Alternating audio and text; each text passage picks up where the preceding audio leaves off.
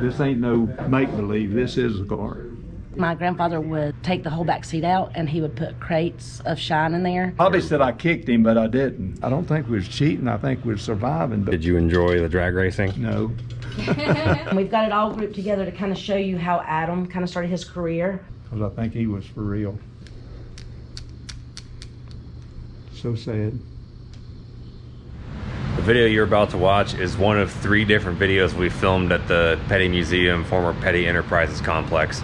This one's about the museum, cars inside, what Dale Inman has to say about them. The other videos are Dale taking us around the property, showing us the history of the buildings, including the very first shed that Lee Petty started working out of a car from. It's still there. And the other one is Richard Petty showing us the house that he grew up in and was born in upstairs.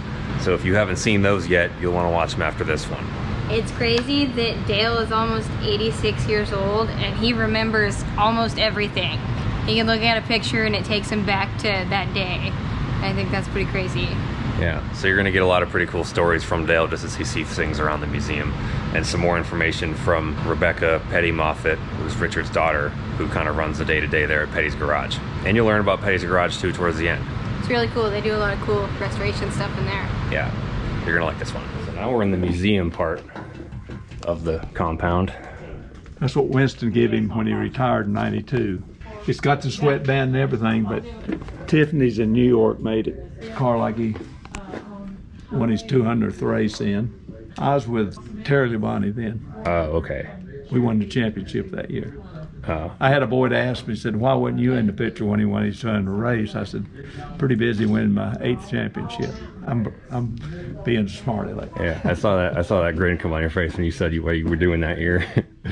Pretty proud of 4 Hall of Famers being out of here, you know. Richard went in the 1st year, his dad's the 2nd year, I went in the 3rd year, and Maurice went in the 5th year. Was Maurice the engine guy? Yes, and he was on the pit crew some, you know. He fought polio, but he was still really active with us, and he was awful protective of Richard. Richard didn't have to protect himself much. Maurice worked on him. 59 Daytona win. Look how that's what Lee won the race in. A car like that. That's a huge car. Here's an actual picture of it. And you talk about aerodynamics, screen on the front there to protect the windshield from sandblasting, but we run it on dirt too to keep the mud off it. That's sometime in the 70s. That's Richard, that's Maurice, and that's myself. It was an old barn over on my property, and it accidentally got burnt down, but the ducks and the chickens and everything, we got a string tied to their leg and a nail hold them in the ground. So they couldn't run away. They sold more magazines that month than they'd ever sold at that time. See the sticker in the window? Yeah. Yeah, back there. That's just before we went to Daytona. Look at Lee's blue boots. Esquire shoe polish come by and made some Petty blue shoe polish, shoe dye that we dyed all our shoes.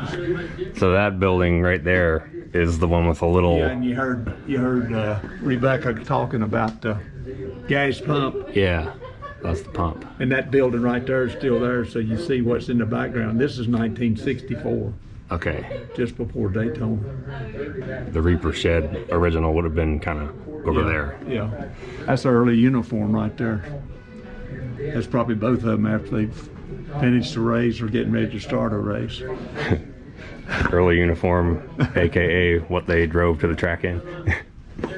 That's me and Richard at Darlington in 1957, I guess. Is that the other part of the museum in there, or is that the red floor building with the templates on the wall? And I don't know. It was later years, you know. Lee's still with us. He gave a cowboy hat to the NASCAR Foundation, and we went to Iowa Speedway to the auction that night, and 2 women got the bidding on it, and it got up to $22,500. Wow. And he took the one off his head, so both of them got one. So the foundation hit a pretty big lick that night. Well, that's really cool. He's a really cool guy like that. You never hear any story about... Well, that's what I tell people. I said, I'm kind of more proud of what he's done off the racetrack than what he's done on the racetrack. because what he's done off the racetrack's not in the history books, you know. It should be. It is now. It's not a history book, but it's on a history in digital form. Yeah. Like we saw every decal in there. It's like $2, and every single one of them has a signature on it. Yeah. That's impressive.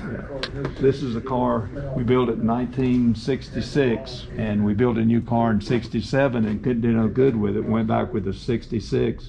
I think it won 13 races in '66. And went back and started running it in '67, and there's 48 races, and it won 27 of them. Of this car. This car, and then used to, when the season was over 1 week, say if it was over November the 7th, the season started November the 14th the next week. So I think it won a couple of races in '68 too. So that car's probably won 35 or 40 races. Is this car? This isn't a recreated version. Ma'am? This isn't a recreated version. This is the car that won. This is the car. This ain't no make-believe. This is the car. And like I say, if you look right here, I told you we built the car around Richard Petty. If you'll notice, the roll bars are slanted, and it's just the way we put them in that year for Richard. Is his seat crooked? Set the good seat cockeyed for him. Was that something he liked to have the seat? That's the way he was sitting, you know. And He is a lot taller than a lot of other race car drivers. Yeah. Buddy Baker was a pretty big boy, and David Pearson was about Richard's size. Cale was muscular, but he wasn't quite as tall. Great guy, Cale, you know, and everything. But Was there anybody else that any of you or the crew got into fights with all over the years besides Bobby Allison? well, we was at Wilkesboro one Sunday, and we'd had a pretty close race with Bobby Allison. So after the race, they didn't have a winner's circle, so Richard stopped on the racetrack, and we just got radios. I had one in the pits, and Richard had one that we could talk to each other with. The crews didn't have them then, you know, just somebody come up with a pretty good set. And speakers were in the helmets. Richard got out of the car. A few people gathered around. Maurice got there before I did and handed Maurice the helmet. And somebody took a hold of Richard or something. Maurice hit him right in the face with a helmet. He thought he was going to hurt. But Richard, I kind of caught the guy before he went down. He said, I was going to congratulate him. I said, well, I don't know why he hit you. I was worried about tearing the helmet up with the radio. But just some of the funny stories it's told, you know. And So Maurice was ready to go all the time. He was ready to go all the time. He was just looking for it. Yeah, he was certainly the protector of Richard. Why'd they call him Squirrel? I've never seen that before. Well, when you'd make a mistake, we'd call somebody a squirrel. So we got to calling him Squirrel Senior and Richard Squirrel Junior. That didn't last long. It just happened to be on at that time. But there's the famous Superbird. Did you guys do any tweaking to the body panels or anything on these things? Nothing much, you know. They were pretty fast. You know, we worked on the front spoiler, but everything was back legal then. And then that blade back there from left to right, boy, you could tweak that a degree and just make all the difference in the world. We tried to set it on our car when we went. We tried to set it at 0 to the world, and worked on the chassis as much as we could, and then tweaked that wing, and it made the difference. What year around do you remember being in a wind tunnel for the first time? Like, when did aero become a conversation of work in the shop? 64 for sure. Big on this 66 and 67 car for sure. With the wooden templates? Or did they not have templates back then? Yeah, they had templates then. Of course, they still made us run the door handles. You see that, you know. And then they were being knocked off during the race. And Were the door handles functional back then, or were they just still on there? They just had to be on there to look like a car, you know. And That's neat. went down one year. This one wasn't, but when we had to run them, I cut them down. Well, I'd stick in maybe a half inch. One of the mechanics come by trying to show an official that how they've been cut down. I think Maurice told him to get his hands off the car. I ain't gonna call him names, but Were you ever messing with the A-posts to get the windshield laid back or anything like that before they started making rules? We always tried to get them as high as we could here for Daytona, where he could see around the corner, you know. So you were trying to raise the windshield up? Just to get him out of his vision, because like you mentioned, he was pretty tall, you know, and we could only get the seats so low and everything, you know. Do you ever recall anything you guys were doing that ended up being like having a rule written against it? Just any random thing you figured out was helpful, and then they were like, oh, well, we're not going to let you do that anymore. No, I can't remember that part of it. I don't want to remember that part of it. But the last race of the 1966 season was at Rockingham. And we went down, and I keep saying we, it was the Petties. We made a little spoilers on it. Probably something just like this, but we made it out of Bondo because we figured we'd have to file it off. And they looked at it and says, no, you can go ahead and run it because we're going to let them run it next year. And ain't no telling how much it helped us, and we didn't even know it at the time, you know, because we hadn't been in the wind tunnel or nothing with it, you know. You just knew from conventional wisdom that it would help. You know, with spoilers and stuff, and just so much history of what NASCAR came from. I know you keep saying whenever you're like, well, it was them, not we, but you're one of the guys on that thing. It's to me, it's everything about Richard. It's Richard. Look how big that car is. Lord have mercy. It's huge. And we painted that to a new car. painted that V on it so we could recognize the car. And then, of course, I keep saying we had two Superbirds, just like Pete Hamilton drove one of them. You know, he won both Daytonas and both Talladegas and maybe the Daytona 500 that year. But we put a big red nose on it so we could tell them apart. And Richard's car today, if you watch the race Sunday, it'll have a red number on the top. And if you watch that, that's for us to pick out better, you know what I mean? Do you remember the origin of the Petty blue color, like how that came about? Well, they had a little bit of blue paint and a little bit of white paint, and they mixed them. It came out Petty blue. Was that an accident, or were they just trying to make it? It was an accident. No, they was just have enough paint to paint the car. They might have done the paint thing while I was in service, but that's the way it come about. They needed enough paint to paint a car, so they mixed two together, and that's the way it turned out. But now Richard created, I mean, he was in on a lot of this stuff. He wasn't only just a driver. He worked on them. He was capable of working on them, you know. I'm not saying he liked to work, but he did work. The Fan Appreciation Tour, you know, it was Richard ended all after 92, and that put a lot of strain on a lot of us because we certainly didn't want to get him hurt, you know what I mean? And wound up doing the Fan Appreciation Tour with this car. And this car right here, I think we started running it in 1972. In 71, we had the Plymouth and a Dodge, and they wanted Buddy Baker to drive the Dodge, so we stayed with the Plymouth all in 71. Come to find out, the Dodge was a little bit better than the Plymouth, so 72 and 73, 74, 75, 76, 77, they let us run it that long because they didn't have another car that wasn't supposed to run a car but 3 years, but NASCAR changed the rules where we could run it longer, and this was an awful good car that's the picture of it. We took it to England. A Goodwood. Chrysler wanted it to Goodwood, and I was fortunate enough to get to go with him over there for that. And in his farewell tour year, he wore a different uniform at every racetrack. Like there's 2 races at Bristol, he wore the same uniform and a helmet. And I've got that uniform and helmet. And I don't know who's got the rest of them, you know. And he's, was you the one in that? Okay, somebody asked him a while ago how many races he won at Martinsville. I believe he said 15.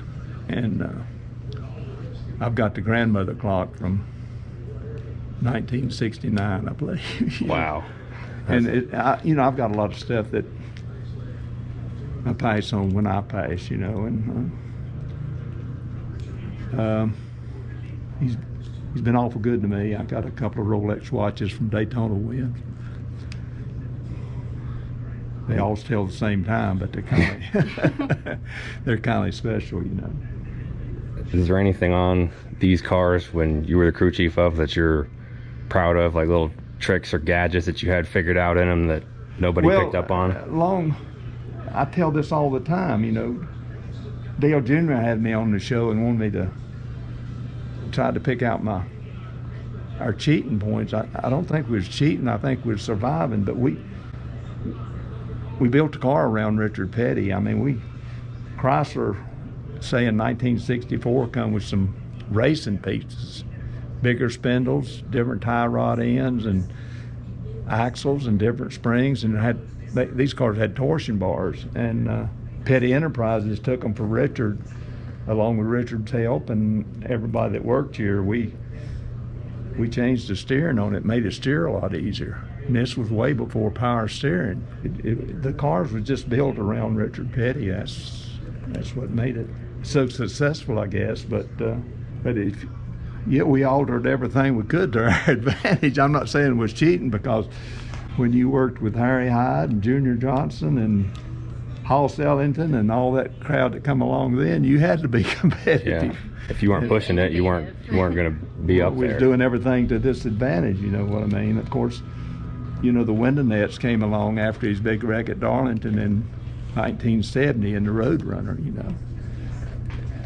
And, you know, I helped get him out of the car. I thought he was dead then, and he kind of is upside down, just hanging by his seatbelt. And when we released it, he kind of moaned a little bit, and that's the first time I knowed he was alive, you know. Of course, he got hurt real bad at Pocono. Did you ever weigh the car, having lead-filled radios or lead-filled helmet, and pull that out of the car after it got weighed in? Did some of them do that? May have heard something like that. Did some of them do that? Some of them did.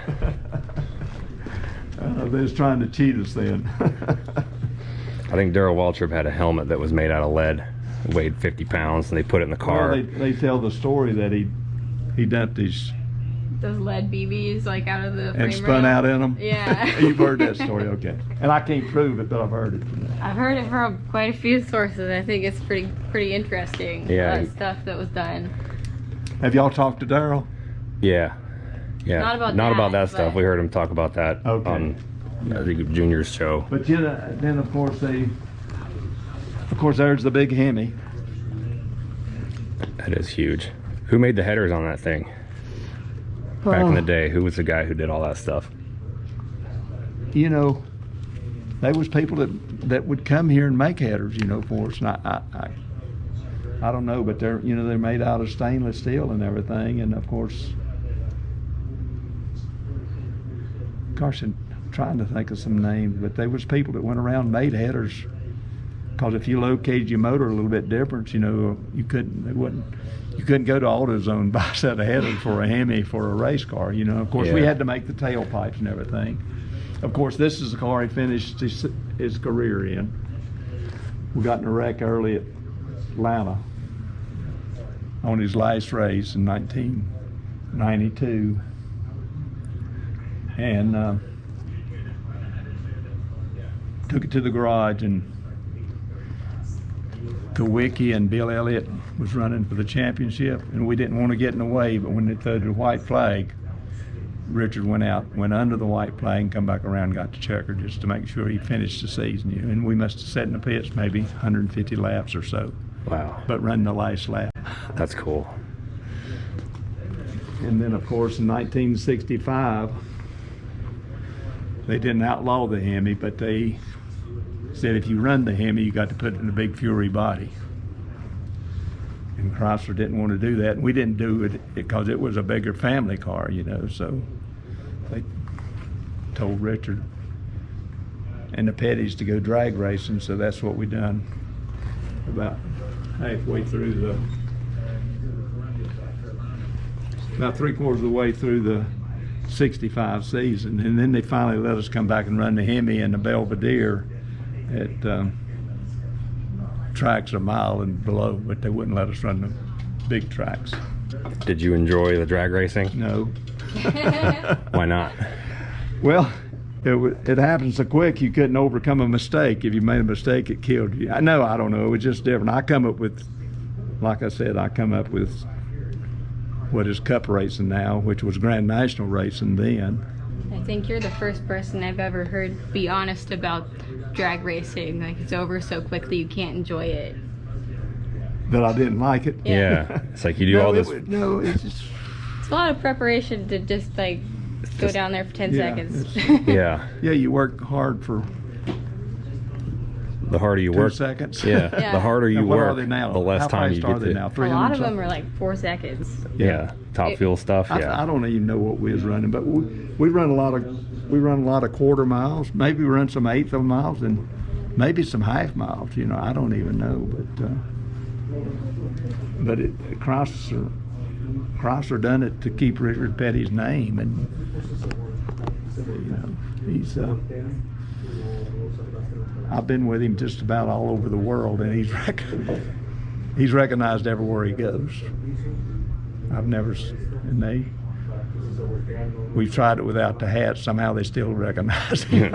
You'd have to have like a full disguise. You just know that. Yeah, but like I said, me and him been together since about this big. We played high school football together, double dated together, and in fact, we went to the Martinsville about 45 miles away. So the crew went up early, and my wife came up with Richard and Linda in 1969. We won the race, and she gets in line to get an autograph from him. So at one time we was all young and foolish, I guess. Did you ever try driving? No. You never got in a car to test or anything? No, Lee probably would have let me, but I just couldn't see tearing up somebody's car. And Lee, trust me, Richard tore up some cars on the way up, Like I say, every time I come through, I see something different, He had a cable that run up there to a spring that held his head up. Really? Oh, for the left side. Yeah. Was anybody else using the mask from a fighter jet like that? I don't think so. Here's a little tribute to the Wood brothers.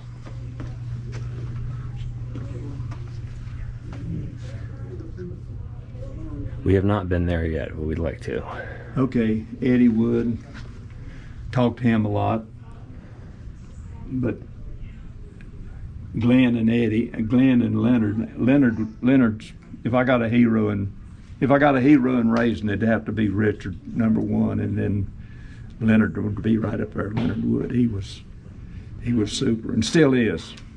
He made Richard this and made me one. This is an authentic Leonard Wood RC car.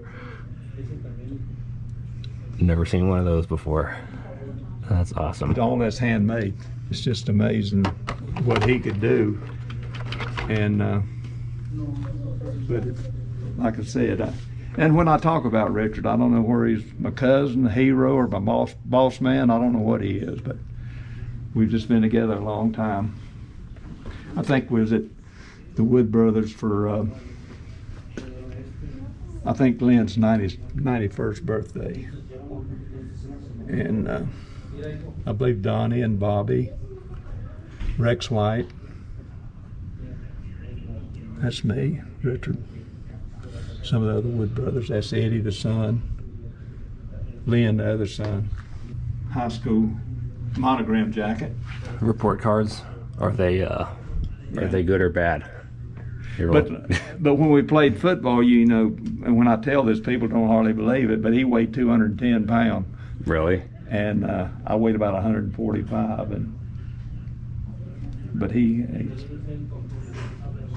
got his weight way down. I don't know where the race car done it. He said they took a couple of ulcers out of him, and one of them had Dale on it, and another had Linda. That was his wife. Who was that you guys got in a fight with up on the driver introductions? Where at? I can't remember. I heard a story about that. Was it someone with Lee? Was it Buddy Baker? I can't remember. It was like 2-on-1 or something. We had a little trouble with Bobby Allison Longview at Islip, New York. Was it that? I don't know. Did you get in a fight with Bobby Allison before? He claims I did, but I didn't. Maurice had him on the ground at Islip, New York, and there was several of us in a pretty good mix-up. Huh. Yeah, I've never heard But that Bobby story said I before. kicked him, but I didn't. He said, well, it was your shoe that hit me, but it wasn't. I don't know, but I can't prove it. Is there anything along the lines that you wish you would have kept or could find again?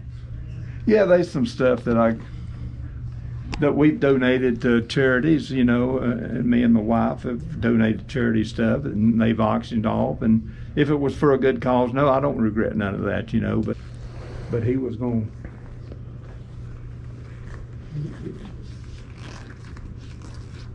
It changed the history of the Petties. Because I think he was for real. 20-year-old. So sad. So this is our Adam Petty section of the museum, and we've got it all grouped together to kind of show you how Adam kind of started his career. So he started in a flat cart, racing go-karts when he was probably 10 or 11, and raced at that level for a couple years. Then by the time he's like mid-teens, like 13 to 15 maybe, he raced in the Bandolero cars, which is the car back there in the back. Then he graduated up to like the piece of car that's up there was when he raced for another race team, so he had to run their number. But that's from a Bush car that he raced, I think, like 3 or 4 times one season. But then this sprint car is his ARCA car. So, and then this car right here was finally from his Cup debut, which was at Texas. So it kind of shows the steps, because he drove more. Out of anybody in my family, he drove more different levels of racing, not just straight to Cup. I think I heard in some documentary, was that before this race, that he was so nervous he was throwing up before the race because he didn't want to screw up or make the name look bad? Probably because it was a big deal, and like everybody made such a big deal out of it, because he was first, 4th generation in any sport, and he had made it to the level that his great-grandfather, father had all been to. So, well, his motorcycle's from the charity ride, because of course he did the charity ride with his dad, and so that's where the motorcycle comes from. I remember being real little. I always liked the way that car looked. It was a cool looking paint scheme. Do you know why he ran Chevys instead of Pontiac at the time? I do not know that. I always wondered that too. Like, he's a Pontiac here, and then he goes and then he's a Chevy. Then I always wondered that. Because we were going to Dodge. Yeah, it's like nothing. Like during the time that he was racing, we went to Dodge, and I don't know if we went with another race team. That's a good question. I don't know. Did you ever want to race? No. I have ADD too bad. You were like, not about Especially it. like 600 laps. Are you crazy? I'd need a radio or some type of entertainment. Were these both PE2 cars? I know that his ARCA cars were built right here. So at Petty Enterprise. And that's what I'm saying. He might have drove a Monte Carlo, because he might have been racing for another team, and we just took the number. I don't know.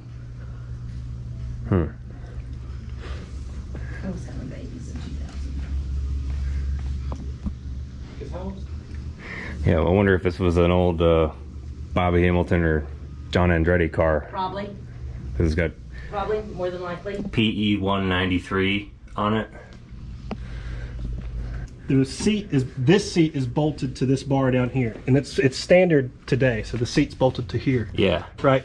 So the Petties were the first team to do that, and that's because if you got hit in the door, the seat would slide over. Whereas in cars of this time period, they did not have that, and the seats were bolted either to the frame or they were bolted to the floor. So if you got hit in the door, the seat stayed in place and you got hit. And that was one of Richard's deals that he came up with. That is, they still do that to this day. Maybe, I don't know about now, but they did it for a long time. So you look at all these kind of newer cars. Yeah. They still do that. Same with this one. And then the bar that goes from roll cage to behind the driver's seat. Yeah.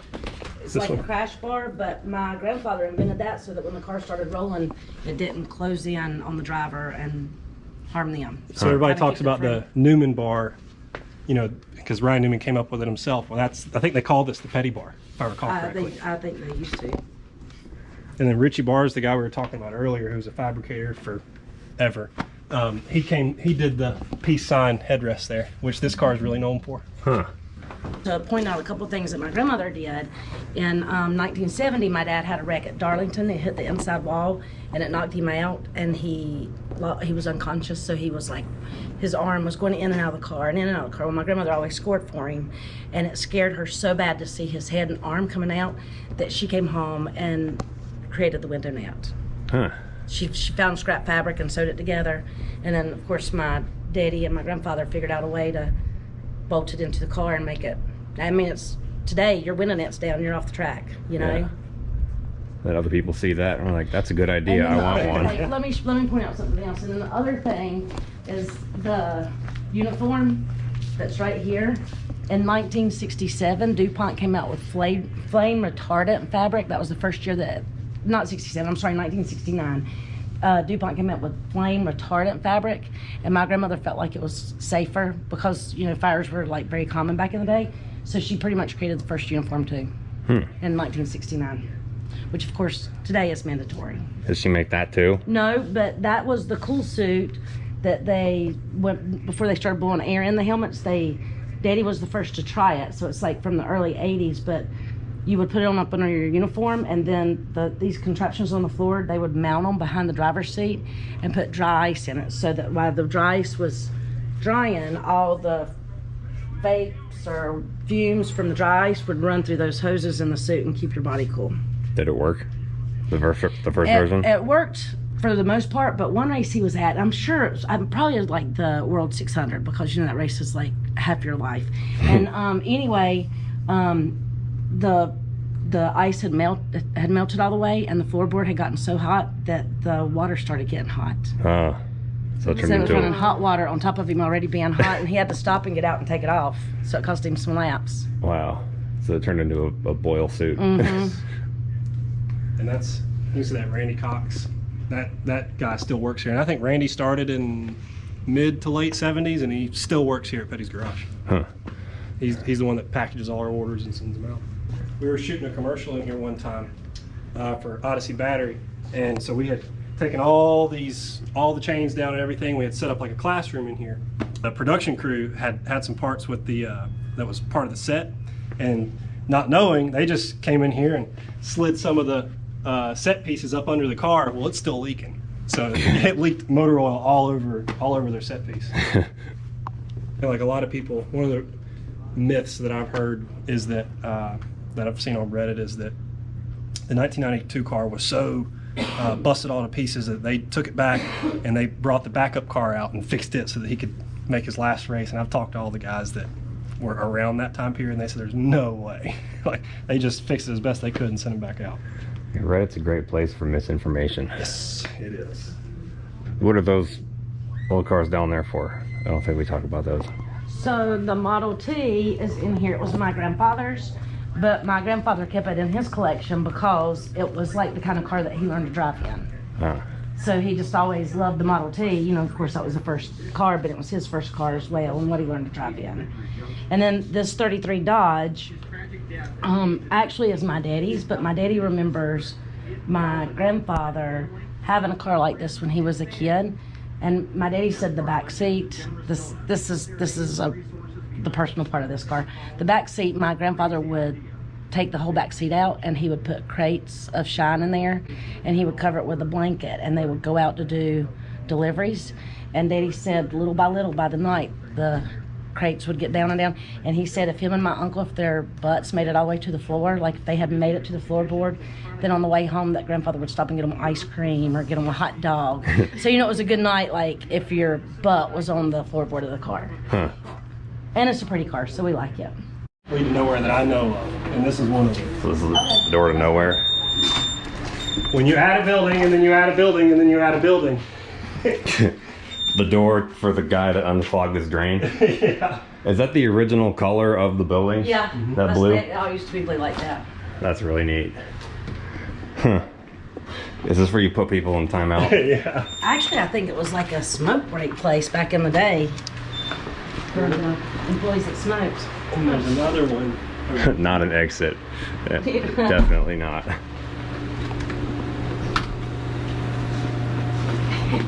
And this one's even weirder because it kind of comes in on itself. Oh yeah, they're not parallel. Oh wow. That's funny.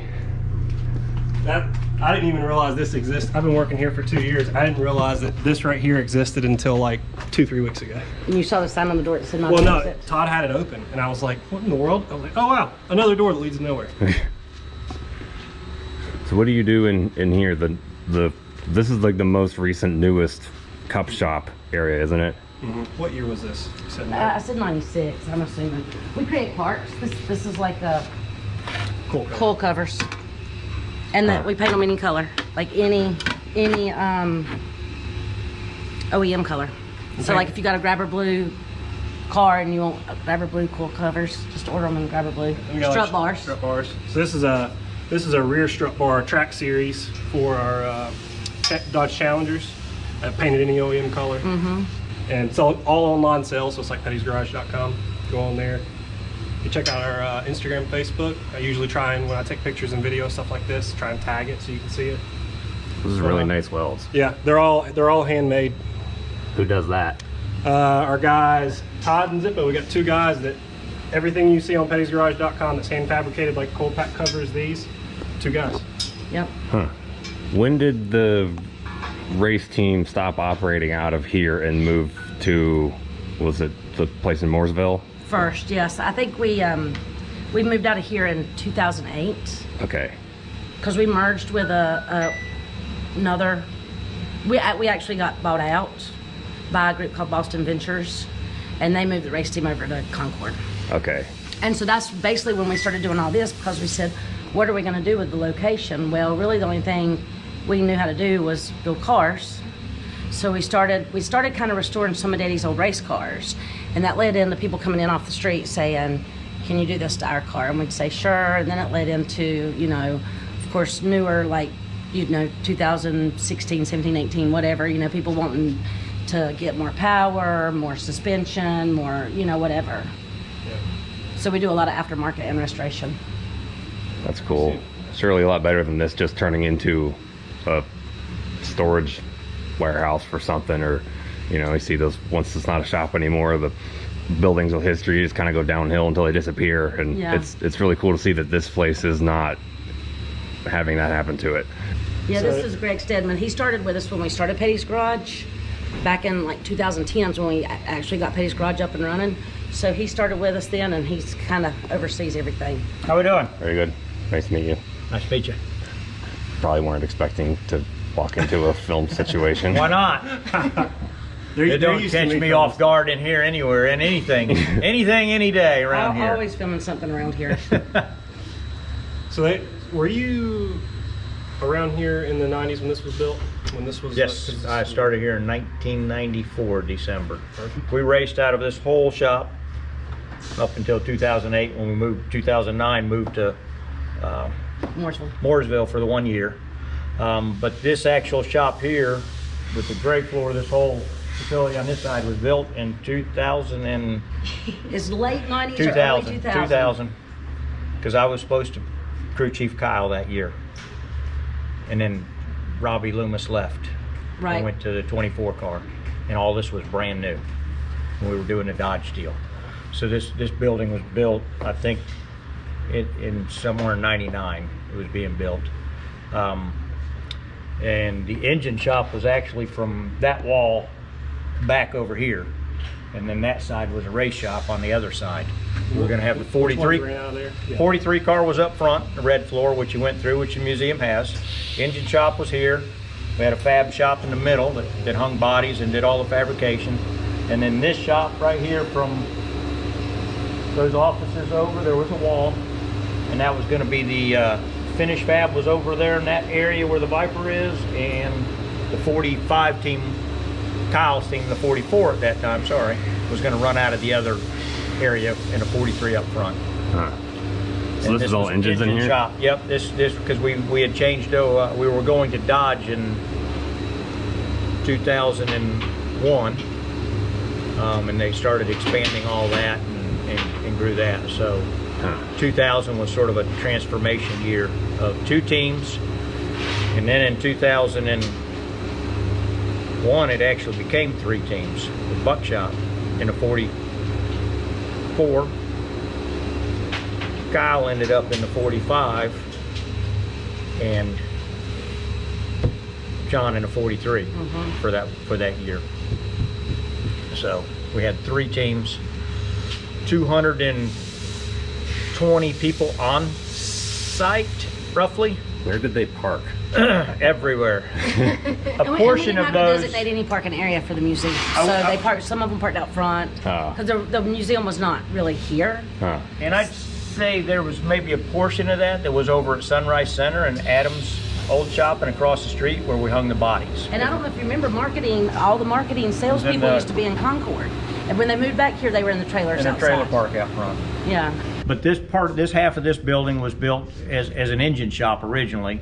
So it had CNCs in here and assembly bays and rooms for the engine builders, and all the engines were taken apart and put together in this side.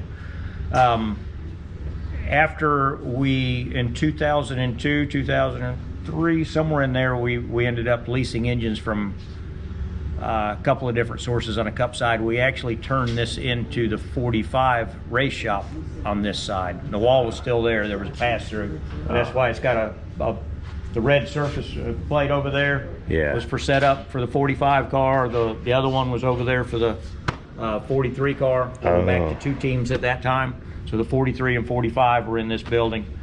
And then about 2003, I actually came off the road as a crew chief and orchestrated sort of pulling it all into one team.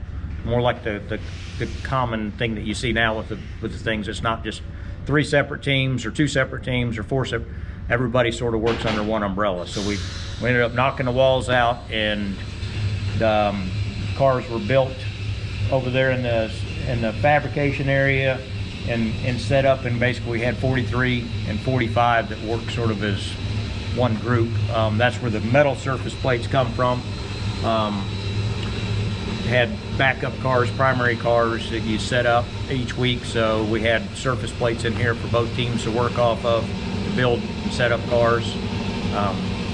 So a lot of equipment is left over from the race team that we used, and we just repurposed it for building custom cars. Like what in here gets used for the custom stuff that was here back then? Everything. I mean, when you build a car from the ground up like that, it's very similar to building a race car. Street cars are just different rules than race cars have. So, but the shears and the brakes, of course, we don't necessarily use an English wheel that much. But all the saws and the shears and the brakes, all that stuff gets used and for fabricating parts that we build. You can see all the parts on the shelf there, the strut braces and transmission cross members. They're built very similar to what we would build race car parts. So all that technology is pretty much the same. And obviously the workstations, because that one's still branded Petty Enterprise. That one was built by the David Hyder himself. So a lot of good guys that worked here in the years past. That just a lot of good craftsmen. Zippo was back here in the day, so he's still going. But like I say, so a lot of good fabricators and specialty guys. It's kind of a fun fact is that like some of these workbenches, you can see some of them are obviously this color, and then we've got others that are red. Yeah. Why are they red? So they're red. If I recall correctly, when Dodge was doing their kind of secret stuff around here, the Dodge section, the Dodge Center, all had red workbenches. The R&D stuff that Ray Abraham did in 2000, we were R&D'ing the Dodge stuff. We were still racing Pontiacs, building the Dodges. They actually leased some office space out by Maurice and them in the back there in their building, and actually did all the R&D for a lot of the Dodge stuff back there, and all race stuff like that, and everything was red. So some of them tables or things probably came from that area.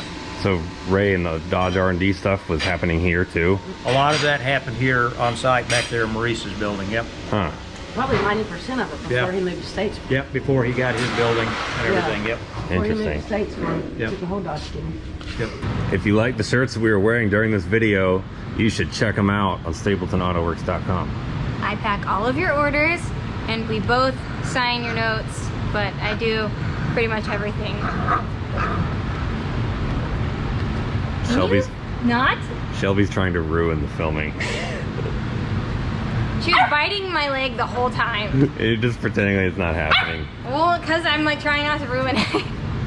Well, that ship has sailed either way. This is our puppy that you haven't met yet. I guess this will be her intro. If you want to see the day we got her, there'll be a video on the Stapleton 42 Extra channel. Shelby, stop it. She's teething, so she wants to like chew on everything. And she's really needy. She wants attention all the time. Also, we have a bundle box option where you get the hat, both of those black shirts, and 5 different stickers for a discount as opposed to getting them all individually. The white shirt's not part of the bundle because this is like the first white shirt we have ever done, ever. And there is nothing on the back so you don't get the screen print stuck to you if you're outside on a hot day, like, you know, in the bleachers at a racetrack or something like that. At your kid's football game. Yeah, your kid's football game. I'm just trying to think of situations where I would want a white shirt, and you know, I'm not going to any football games, so. You know, you're not everybody else. So. I'm not. I don't have the ability to think like other people because I'm just me. The Eagle, his wings are boom tubes, and he's holding a wrench because we built stuff in here. Harris Lou of Lou Creative did these for us, and he did a really good job. If you like racing history like we do, and you want everybody to know it, these are for you. This one's my favorite. And we got less of these than of anything else, which makes me sad because this one's like just like really cool. We typically only order stuff once, and then once it's gone, we don't get any more. We'll just replace it with something new. So if you see something you like on the website and you wait for it to go away in your size, you may never get one at all. I have a question for people. How would you feel about a long sleeve t-shirt? Because fall's coming up, and I think a long sleeve t-shirt would be nice because it's like not a hoodie. Yeah, it's like 80 degrees outside and you're wearing a hoodie right now. Because it's cold in here. Yeah, so these are the backs and that's the front. And these are the stickers. It's basically the same logos that are on the shirt, and they're nice high quality. Boom, kind of like a contingency decal. Well, you mean like kind of like exactly like a contingency decal. Well, yeah, it's just smaller. We also got these ones too, which are our own unique designs with the Super Speedway X pipe boom tube, and it's got it on the front too. If you like Richard Petty, don't know if you're into good wrench stuff, but if you are, have that too. This is the Monte Carlo you just saw over there. And if you like your standard cotton shirt, we got the regular thick fitted cotton type shirt for you guys too. All these ones are Next Level branded. These ones aren't. These ones are not. They're the District. The Winston style ones are District brand. District. So if you, whatever size you like to wear in Next Level, go a size down on these ones, because I wear an extra large in all of these, but I like a large in these. Well, not all of these are the District ones. I think the District ones stop at like 3 or 4X. Oh, yeah, that's also worth noting. We have up to 6X in almost everything we have. All the way. 3, 4, 5, 6X, we got you covered. And also, if you're new here and you haven't left yet and you didn't know, we do build stuff in here. So we have playlists for all that. We have playlists just for the racing history. We got playlists for the builds. There'll be a lot of build videos coming up soon, because we do work in here in between the history videos, and then have, you know, the builds have a longer lifespan of start to finish from the video itself, so they take a while to We make. finally got the torque converter. Yes. So this is about to come together. Yeah. We got the Monte Carlo kind of finished up, at least in this stage, and we're about to start working on Uncle George again. I did this, just saying. Like, not to brag or anything, but I feel like I did a really good job. Just saying. You did. it looks brand new. It looked like crunchy turd. It looked like bad. And I painted the gas tank. Oh, and if you are new here, and you see the Rolls Royce thinking, why do these people have a Rolls Royce? That car was flooded and it was full of mold, so we're not freaking balling or something, in case that's what you were thinking. There's no interior in it. We had to tear it all out wearing hazmat suits. And there's video about that too, if you would like to see our misery that it took about a week to tear that car apart. And it was still wet. Sorry, I'm just having post-traumatic stress just thinking about it. So, I'm glad you're here. And if you'd like to see more of our shenanigans and regular nonsense, you can check out Stapleton 42 Extra, or not, but you could. And if you're still here and haven't left yet, leave a comment if you want to see more dog stuff. This is Shelby. With Shelby. Yes, the toy Australian Shepherd who likes to chew on fingers because somebody doesn't tell her not to. Well, I don't want to yell at her when the camera's on. She's not hurting me.